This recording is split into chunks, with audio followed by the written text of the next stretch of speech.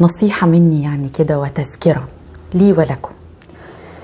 اوعوا تتغروا بنعمة او طاعة.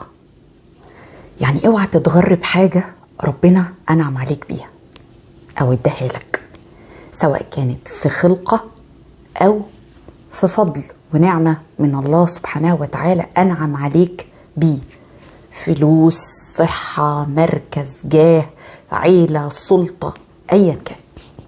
ولا طاعة انت بتعملها ومداوم عليها، لان الحاجات دي كلها مش شطارة منك خالص، ده توفيق من ربنا سبحانه وتعالى. النعمة اللي في ايديك دلوقتي شكر الله عليها سبحانه وتعالى، تكون بانك تكون انسان متواضع وعارف في قرارة نفسك ومتأكد وبتتعامل بالاسلوب ده ان ده مش بشطارة مني، ده بفضل من الله سبحانه وتعالى. وتلاقوا دايما الجملة دي بتتكرر على ناس كتير نحسبهم من الصالحين، لما ربنا يوفقوا في حاجة معينة يجي يقول لك وما توفيقي إلا بالله.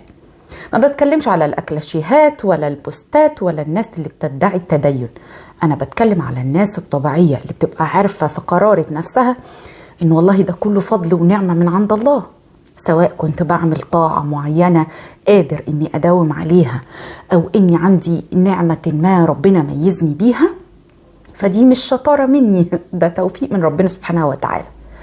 وكتير من الناس تشوفوهم مجتهدين في حياتهم وبيسعوا وبيشتغلوا وبيفضلوا عايشين، ولحد ما بيموتوا ممكن يكون المجهود اللي بيعملوه ما يوصلهمش أبدا لربع المكانة اللي انت وصلت لها او ربع الرزق اللي عندك بمجهودك اللي انت عملته.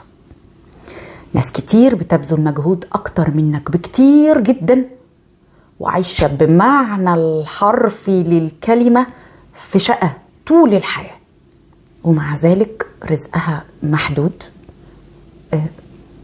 ما بيحصل لهاش حاجة اكتر من المقدر لها.